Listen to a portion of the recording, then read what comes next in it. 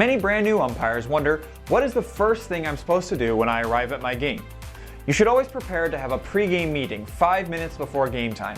This meeting should only last about 1 to 2 minutes, and in it you should make sure that both head coaches are present. You'll want to exchange names and figure out who the home and the away team is. For in-house games or league games, the home and away teams will be determined beforehand, so you won't need to worry about that. You'll just ask the coaches in the meeting. But for tournaments, oftentimes they'll be decided by a coin toss before the game. Make sure that you have a coin before the game, and if not, use your indicator, using the numbers on the front as heads and the blank side on the back as tails. The meeting should also clarify any league rules. You should know these before you arrive at the field, reading through the league rules on our website or on the Park District's website. But if there's any confusion about this, you may need to confirm with the coaches in the meeting. A few of these are the time limit.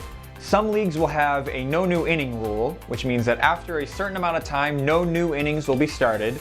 Or some will even have a drop dead rule. After a certain amount of time, the game will drop dead and the score will revert back to the last inning. Things like drop third, infield flies, and mercy rules you should know before the game starts. However, an exception to this is balks. Many leagues will have a balk warning for ages 12 and under. However, some leagues will want this enforced differently based on the level or how far into the season they are. Younger leagues may ask for a balk warning and more instruction explaining to the pitcher what they did wrong and what they need to do on the next pitch. Many leagues want this strictly enforced, so 1 balk warning and then after that it is strictly applied. But most leagues towards the beginning of the season will ask you to be loose with your balks and your balk warnings and then explain to the pitchers what they need to be doing in order to deliver a legal pitch. Make sure you talk about this with the coaches before the game, especially early in the season for younger kids. The biggest thing you'll need to discuss in the pregame meeting is the field. Are there any holes in the fences or in the dugout, and what happens if the ball goes there? If there's a hole in the fence in the outfield, or if the fence does not go all the way past the fair foul line, make sure to let the coaches know that their players need to put their hands in the air in order to signal the ball out of play. From there, it will be ruled as a ground rule double. If it's rained recently and there's any water in foul territory, make sure you discuss this with the coaches. Oftentimes it's out of play, but there will still need to be an expectation in place if a ball goes into the water. Many times you'll want to kill this, make it a dead ball, and award a ground rule double. Your main concern is always player safety. In sitting water or hills or gravel, in out of play territory can always pose a danger. Make sure that you're not providing any incentive for a player to venture into those areas where they could get injured. Many fields also have overhanging trees that may be in foul territory or behind the fence, but that overhang into foul territory or fair territory. Make sure you discuss this.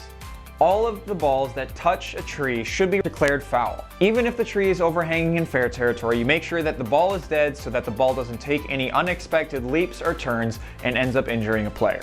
You'll also have this on many softball diamonds, where the fence behind the plate, which is in a spherical shape, will overhang over the plate into fair territory.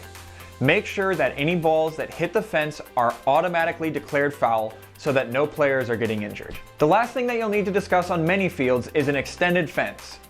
Oftentimes, fields don't have a fence running all the way down the lines of the field in order to signal in and out of play. You'll need to talk about what it means to have an extended fence. This means that you simply have an imaginary fence line running all the way down past the dugout fences. If a ball crosses that line or goes through the fence, the imaginary fence, you'll signal the ball out of play and dead, and no plays can be made further. This is also important for overthrows if a ball is thrown out of play past the extended fence line. That covers the content of a pregame meeting, but how do you actually do a pregame meeting? How do you talk to the coaches? What are you supposed to talk about?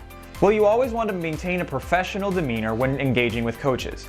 If you're high school age or younger, simply refer to them as coach. You're not old enough to call them by your first name, and coach is still respectful while maintaining a professional demeanor. If you're older than that, if you're an adult and you've been doing this for a while, try to remember their name as best as possible. Oftentimes you can write it down or simply repeat it back to them, or even ask their catcher in the middle of the game if you need help remembering. This always is a good tool for resolving conflict and maintaining a good relationship with the coaches on both benches. You'll also want to be straight and to the point about many of these things. Don't take more time than you need, but also make sure that there's nothing long-standing after you're done with the meeting. Make sure you've gone through everything that you need to, but try to be as concise as possible. Again, this meeting should only last 1 to 2 minutes, and if you're taking too much time to over-explain everything, it can easily go longer. When you're ending the pregame meeting, end with a quick firm handshake of both coaches, send them back to their benches, and make sure that you know where the game balls are going to be. Oftentimes they'll simply give this to you and bring them to you during the meeting, but sometimes they're behind home plate or you need to go somewhere else to get them. Make sure that you know where the game balls are before the end of the pregame meeting. Hopefully this was helpful for you as a new umpire, or if you've been doing this for a few years, this is a good review of what constitutes a good plate meeting.